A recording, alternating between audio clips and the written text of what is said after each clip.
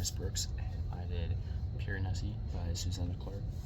This book was released in 2021, and it won the 2021 Women's Prize for Fiction. It is 245 pages. It's split up by parts, not chapters, and there's 8 parts, I think. I've read this whole book so far, so my 2-pager is on. The whole book is not going to go half and half.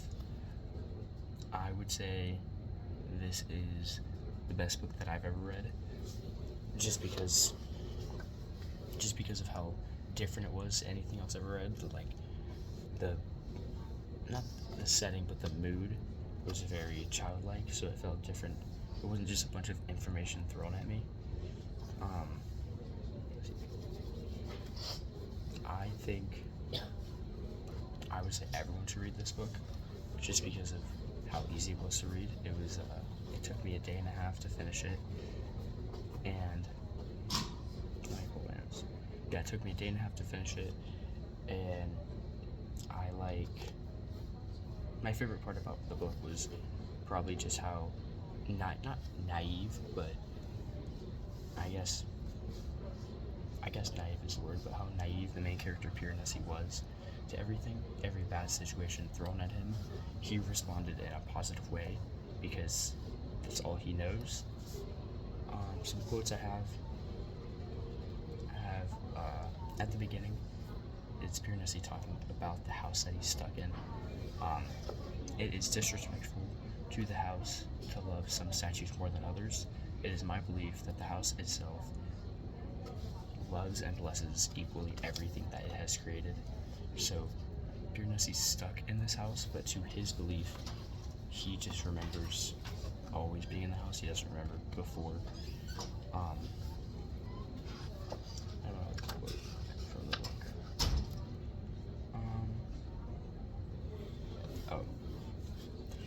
It's Piranesi talking about the other person in the house, which he refers to as the other. He said, "It occurs to me to wonder why it is that the house gives a greater variety of objects to the other than to me, providing him with sleeping bags, shoes, plastic bowls, cheese, sandwiches, notebooks." And this is him. I feel like with anyone else who would raise suspicion about, I'm not getting anything, how is he accessing other things in the world?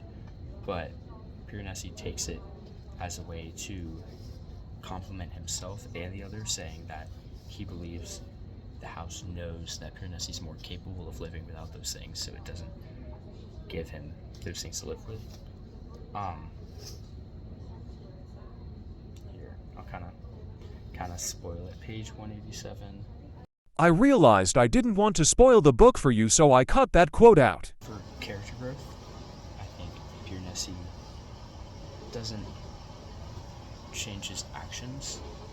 Like I said, he's very childlike and naive throughout the whole book, and he gains a sense of revenge throughout, but I think he realizes what he's done and how he has to revert back.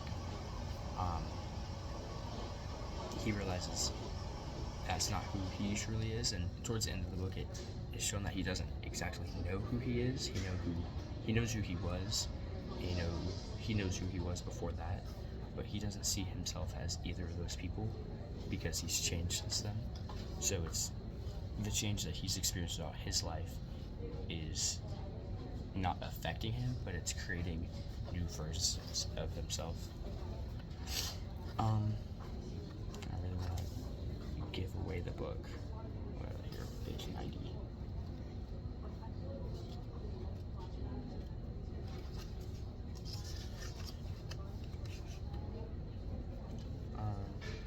Do the statues exist because they embody the ideas and knowledge that flowed out of the other world into this one?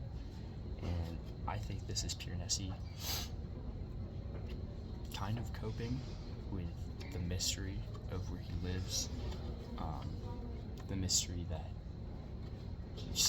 of the house in general, that he's stuck, but he tries to put meaning behind everything and meaning behind every day, and he believes that things are connected and he just doesn't understand how yet. I think whoever watches this, I think you should read this book because it's very easy, and cut out some parts because I was going to spoil it, but I don't really want to spoil it because I think everyone should read this book. Yeah, it was just amazing. I think there's a bunch of things to take away, that your situation is never as bad as you really think it is, or it is as bad as you think it is, but you just need to think about it differently. It's everything's about perspective, and this really shows it in this book, that Piranesi's perspective of the house is that it creates and it knows all, and that it's almost omnipotent, when other people in that situation that he was in wouldn't. They would freak out, they would go insane, because they wouldn't try to find the positive things underlying in everything. Yeah, I thought it was really good.